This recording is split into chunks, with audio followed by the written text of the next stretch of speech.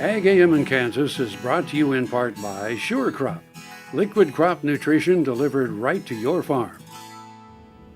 Updating technology, a method that has shaped the agriculture industry for years and provided new frontiers for farmers to go on to.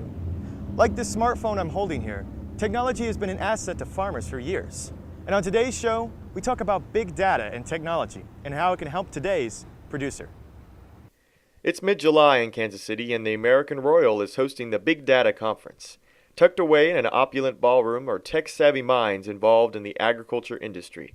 The Big Data Conference was moderated by several speakers with topics ranging from data security to even Google Glasses. The first speaker was Kurt Barnhart.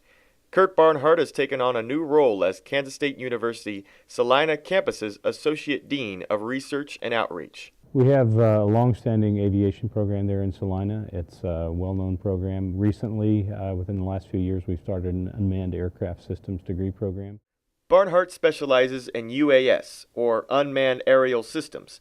K-State is one of the first of 2 universities in the U.S. to offer a Bachelor of Science in Unmanned Aircraft Systems. When we look at small unmanned aircraft, the primary market that we see emerging is in agriculture, especially the SUAS under 55 pounds. And so the market there is the largest of any market right now that we can see. And so with Kansas State University's College of Agriculture, College of Veterinary Medicine, it makes a really good match as far as a practical and an applied research program in this area.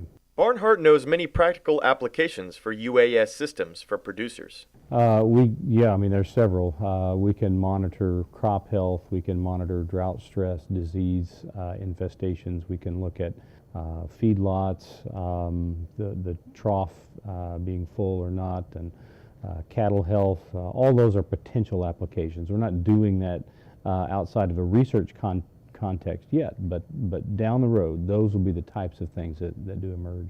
Have you seen a lot of producer interests already? There's a lot of interest, yeah. I think there's a lot of early adopters that really see the value of this potential, of this data. And so there's a lot that are really excited about it. Some are actually buying systems on their own and actually using them in a hobbyist type format or configuration until the regulations actually open up. Barnhart envisions many platforms for agriculture UAS usage. The system that will be used the most is a small quadcopter. It's a 4-rotor, kind of a helicopter-looking device. Very small, 10 pounds, can carry a variety of different payload systems, can stay in the air 20 to 30 minutes. Although we do see some smaller fixed-wing platforms as well that are emerging that have the ability to stay in the air longer. And cover larger distances, and so. But these are small, very unobtrusive platforms that don't have much of a footprint. Are good neighbors in terms of being quiet. They don't need a lot of infrastructure, and so it will be a small system more than likely, because the smaller systems can get the level of granularity in the data that we need. UAS systems are unparalleled in efficiency for covering cropland.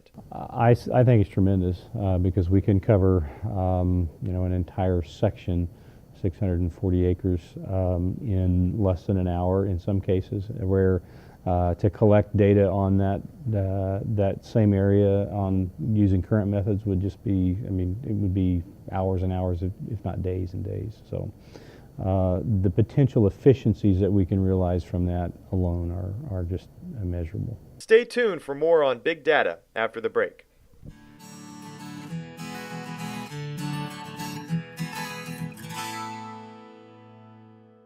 Innovation is being driven in places you might not expect by people like Brent Hayek, an Oklahoma family farmer, who recently set a world land speed record in a Ford Super Duty pickup truck powered by renewable B20 biodiesel.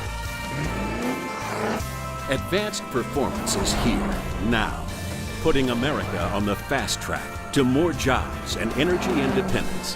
Biodiesel, America's advanced biofuel.